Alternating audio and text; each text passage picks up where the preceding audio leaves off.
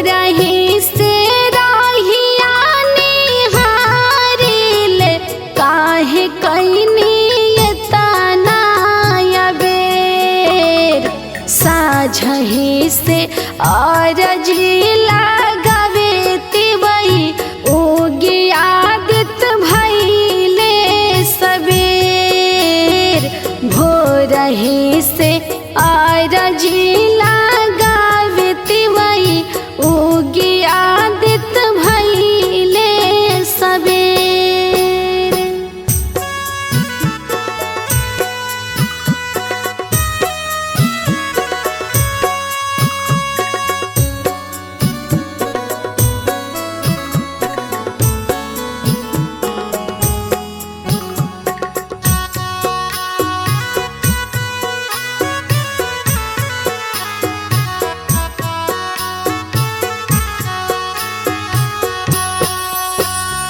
भूखे पियास तिवई पनिया में थर थर कांपेली हो भूखे पियास तिवई पनिया में थर थर कांपेली हो एक टक भोरही से तिवई सब पूर्व ताकेली हो साझही से अरजी लगावे तिवई उगी आदित भइले सबेर।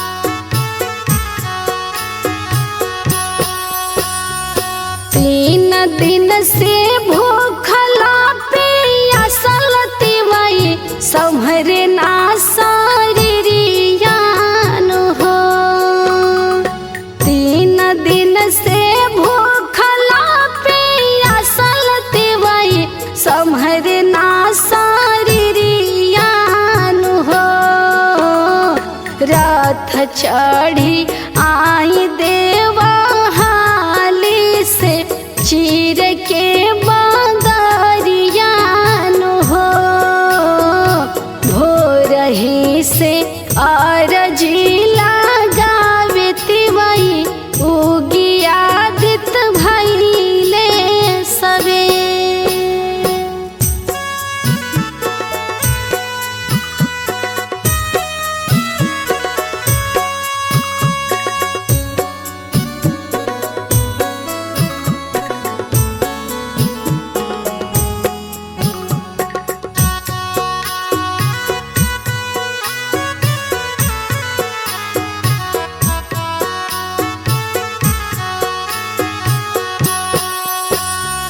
अर्घ लिहले खाड़ बाड़ी सैया संगे अनिता शिवनियान हो अर्घ लिहले खाड़ बाड़ी सैया संगे अनिता शिवनियान हो लीहि बाबा हमारी